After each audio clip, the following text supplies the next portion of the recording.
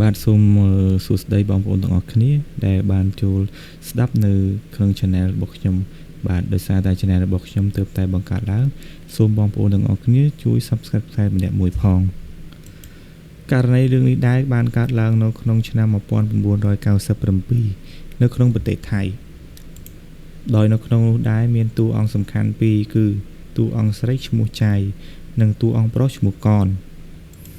បាទនៅក្នុងរឿងនេះដែរយើងបានដកស្រង់ចេញពីរឿងដែលកើតឡើងនៅក្នុងភូមិមួយនៃប្រទេសថៃគឺគូស្នេហ៍មួយគូស្រឡាញ់គ្នារហូតដល់បដូរផ្ដាច់ដល់ហ៊ានលះបង់ជីវិតទាំងសងខាងនៅក្នុងរឿងនេះដែរបញ្ហាដែលបង្កឲ្យកើតមានឡើងដែលធ្វើឲ្យគូស្នេហ៍មួយគូបង្កទៅជាឃាតកម្មគឺដោយសារតែមូលហេតុឪពុកម្ដាយទាំងសងខាងហើយក៏បន្តឲ្យមានការភ្ញាក់ផ្អើលនិងដើម្បីរន្ទឺនៅក្នុងភូមិភាគមួយនៃប្រទេសថៃគឺបានកើតឡើងដោយសារតែការស្រឡាញ់គ្នាប្តូរផ្ដាច់ចូលមកដល់សាច់រឿងយើងវិញនៅថ្ងៃមួយចៃគឺជានិស្សិតដែលរៀននៅក្នុងសាកលវិទ្យាល័យមួយក្នុងប្រទេសថៃគាត់បានចូលរៀនថ្ងៃដំបូងហើយក៏បានស្គាល់ជាមួយនឹងផាកនដែលជាចូលរៀនថ្ងៃដំបូងដូចគ្នាគាត់បានស្គាល់គ្នានៅក្នុងថ្ងៃនឹងប៉ុន្តែដោយសារតែមានការស្រឡាញ់គ្នាទៅវិញទៅមក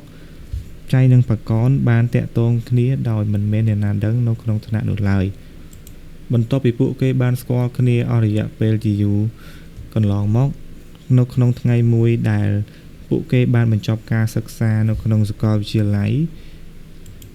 ជីវិតស្នេហារបស់គេទាំងពីរមិនបានដូចបំណងនោះទេដោយមូលហេតុថាចៃនិងផាកនគឺឪពុកម្ដាយទាំងសងខាងធ្លាប់មានចំនួនជាមួយគ្នានៅក្នុងសម័យដែលពួកគេនៅតូចៗដោយហេតុថាឪពុកម្ដាយទាំងសងខាងបានមានចំនួនជាមួយគ្នាហេតុនេះទើបធ្វើឲ្យស្នេហាគេទាំងពីរមានការរកាំរកូសដោយហេតុថាឪពុកម្ដាយទាំងសងខាងមិនពេញចិត្តទើបបណ្ដាលឲ្យរឿងដែលមិននឹកស្មានដល់អាចកើតឡើងនៅក្នុងគ្រួសារដោយនៅថ្ងៃមួយដោយសារតែគ្រួសារមិនពេញចិត្តបែបនេះទើបបណ្ដាលឲ្យចៃនាងចាក់ចេញជាមួយផាកនដោយមិនបានគិតទុកថានឹងមានអ្វីកើតឡើងនៅថ្ងៃខាងមុខនោះទេ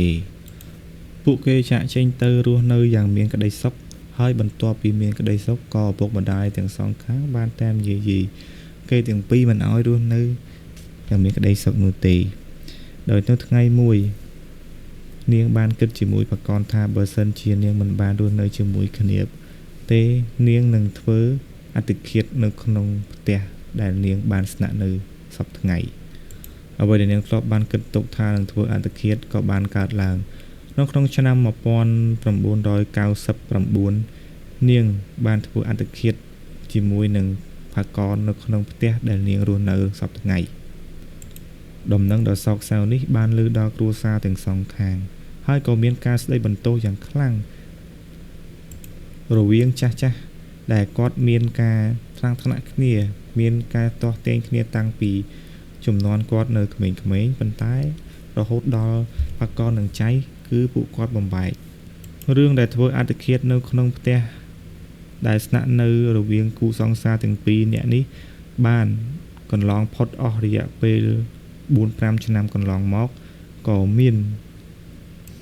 ហេតុកើតឡើងដោយសារតែអំពើឃាតកម្មគឺជាអំពើដែល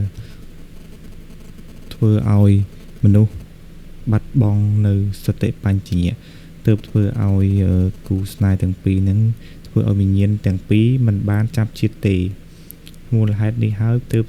ធ្វើឲ្យអ្នកជិតខាងដែលរស់នៅក្នុងតំបន់នោះមិនហ៊ាននឹងដើរកាត់និងជិះកាត់នៅក្នុងកន្លែងនោះទេដោយសារតែ